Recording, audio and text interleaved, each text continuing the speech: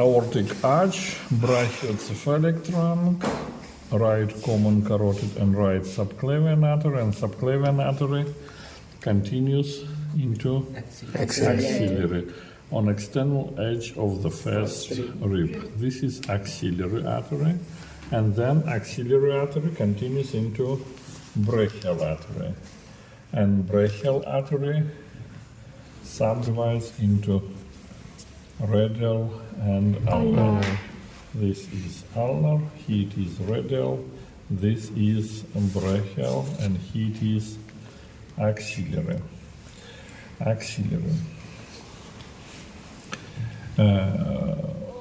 We already know border between the subclavian and axillary external edge of the first rib. Then here it is, this is musculus pectoralis major, that is musculus pectoralis major, and below of musculus pectoralis major we have musculus pectoralis minor. And these two muscles, greater and lesser pectoral muscles, makes three triangles. Here it is clavicle above, should be clavicle here, and between clavicle and superior border of lesser pectoral muscle we speak about clavipectoral triangle. Clavipectoral. Pectoral. In projection of lesser pectoral muscle, this is what? Just pectoral triangle, pectoral. And from lower border of lesser pectoral muscle to inferior border of greater pectoral muscle, this is subpectoral triangle. Subpectoral triangle. That is three departments of axillary artery, and inferior border of greater pectoral muscle, that is the border between axillary and brachial artery. If you look posteriorly from posterior side of axillary cavity, inferior border of musculus teres major, that is border between axillary and brachial. In front, that is greater pectoral muscle. In clavipectoral triangle, axillary artery gives arteria thoracoacromialis, thoracoacromial artery. It supplies shoulder joint, it supplies greater pectoral muscle, and part of deltoid muscles, the same supplies. And the same in first department, in clavipectoral triangle, it gives arteria thoracica superior. Superior thoracic artery, the same supplies greater and lesser pectoral muscle and intercostal muscles. In pectoral triangle, it gives only one artery, arteria thoracica lateralis, which goes to serratus anterior muscle and supplies this muscle. In subpectoral triangle, axillary artery gives arteria circumflexa humeri posterior, and this posterior artery, which is surround humerus, it passes through foramen quadrilaterum.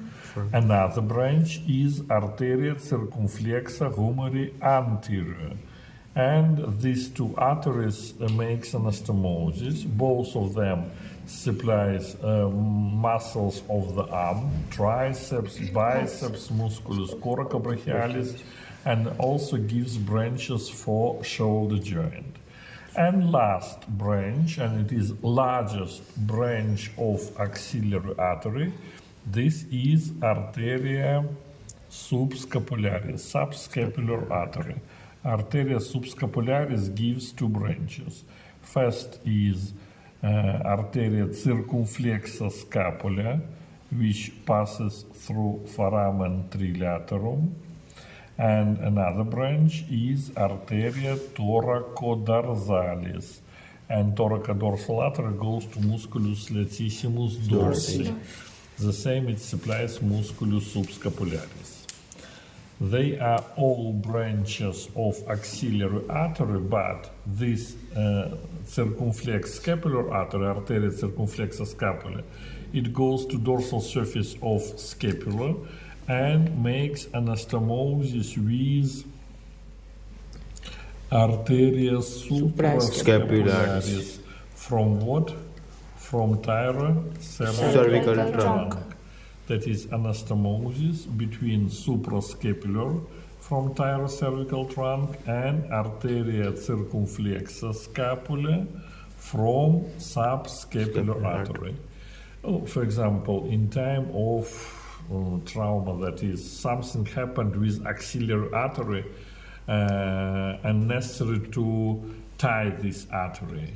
It is better to do it above of subscapular artery, because in this case, if blood have not got possibility to pass through axillary artery, it goes from subclavian artery into tyrocervical trunk, then suprascapular, then circumflexa scapula, then goes to subscapular, and continues to arm, and continues to forearm and hand. Clear it is. That is anastomosis between suprascapular and arteria circumflexa scapula from subscapular artery. And the brachial artery. Brachial artery, largest branch of brachial artery, that is deep artery of the arm, arteria profunda brachii. And arteria profunda brachii goes to posterior side of humerus and surround humerus and subdivides into two terminal branches, arteria collateralis radialis and arteria collateralis media. They are two terminal branches of deep artery, arteria profunda brachii. Another branches from arteria brachialis are arteria collateralis ulnaris superior and arteria collateralis ulnaris inferior.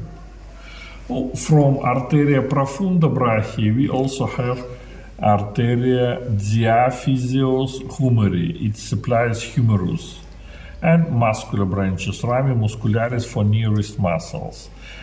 They are main branches of arteria brachialis. And now, from radial artery, we have arteria recurrens radialis, which makes anastomosis with arteria collateralis radialis.